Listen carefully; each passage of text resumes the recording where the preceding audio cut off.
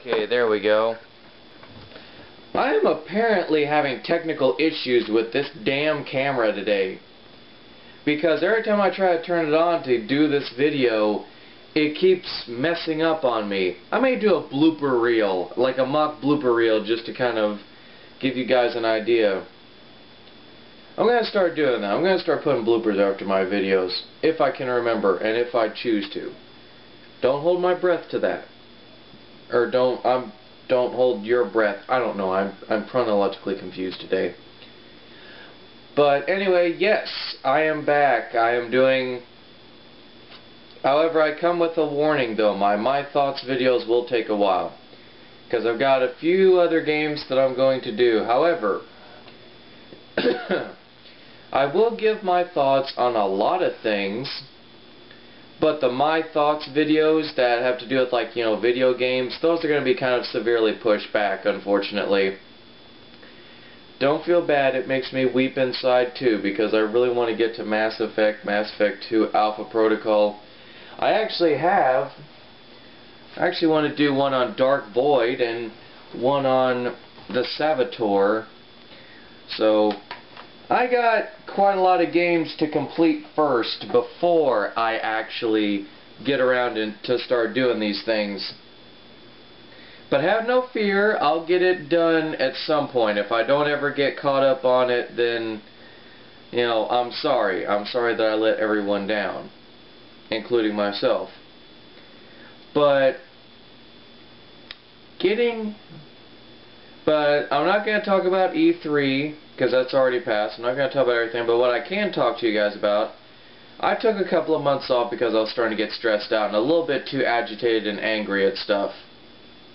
And on top of that, you know, I've been following everything that's been going on, all the Captain America stuff, all the Thor stuff, all the Marvel stuff.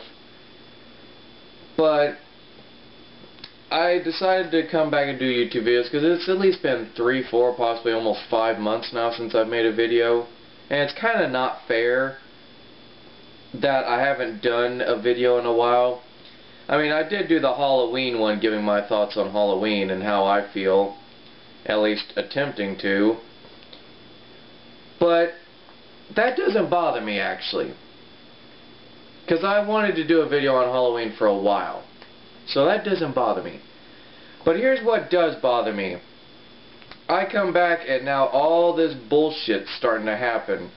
We've got 4-year-old kids being stabbed and old ladies being assaulted with vibrating dildos and all kinds of bizarre stuff. Now, a lot of you are saying, well, Steve, you know, that's a little bit vulgar. That's fine. I'll put a disclaimer that there will be some bad language here and there. If you can't, and I'll even put it in the video. And if you can't see the tag, then go see an eye doctor. But I'm going to talk very briefly about a little YouTube man, a little troll named Punctuation. Now, he recently did a review on Spider-Man Shattered Dimensions. I don't watch the guy's videos, I admit to that. And he bashes on a lot of games, being a troll, so that doesn't bother me.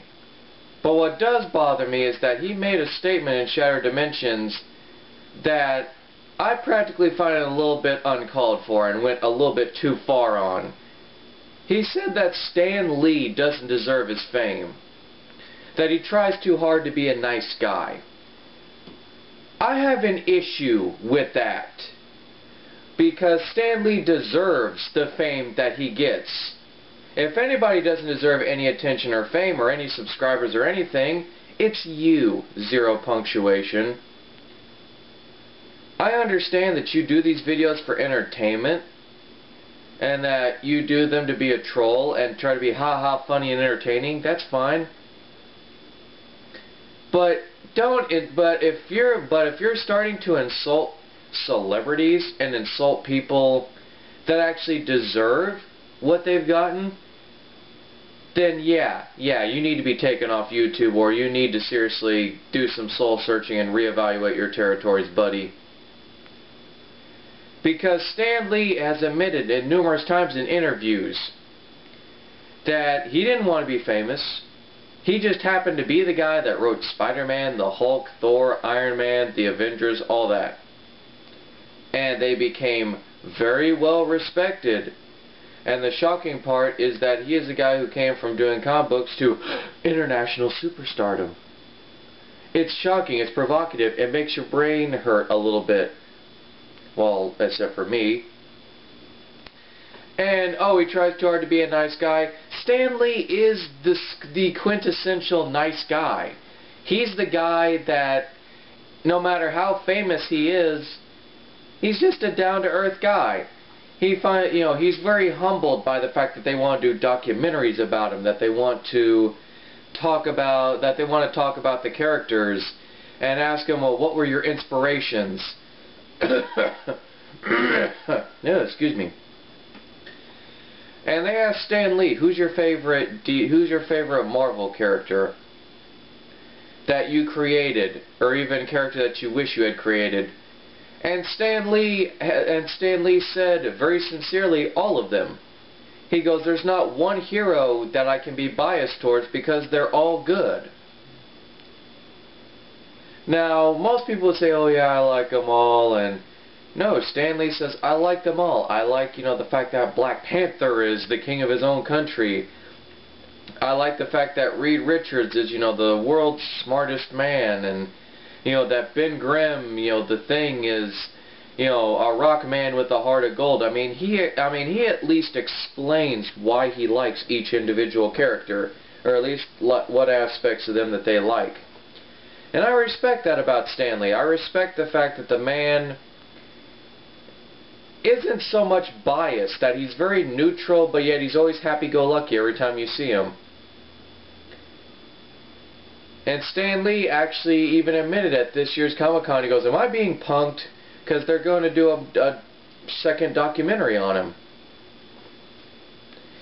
Stan Lee is literally is one of the few celebrities, I think, in the world, or at least quote-unquote celebrities, that is very humbled by his fame.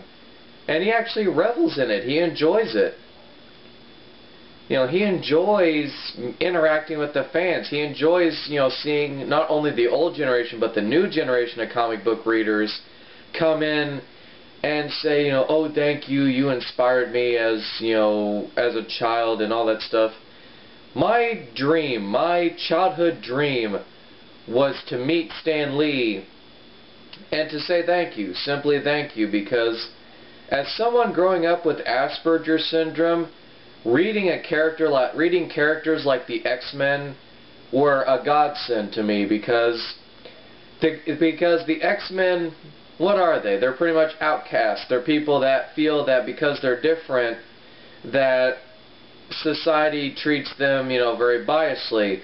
And the message that Charles Xavier presents to the X-Men is one that I love and adore and respect. Is the fact that, yes, they're scared of you because you're different, but you have these abilities. Your uniqueness is what makes you a hero. This is what makes you a good person. And that's something that a young child gravitates towards. And Stan Lee himself even jokingly admitted that when him and Jack Kirby created the X-Men, they wanted to preach tolerance and that being different was okay.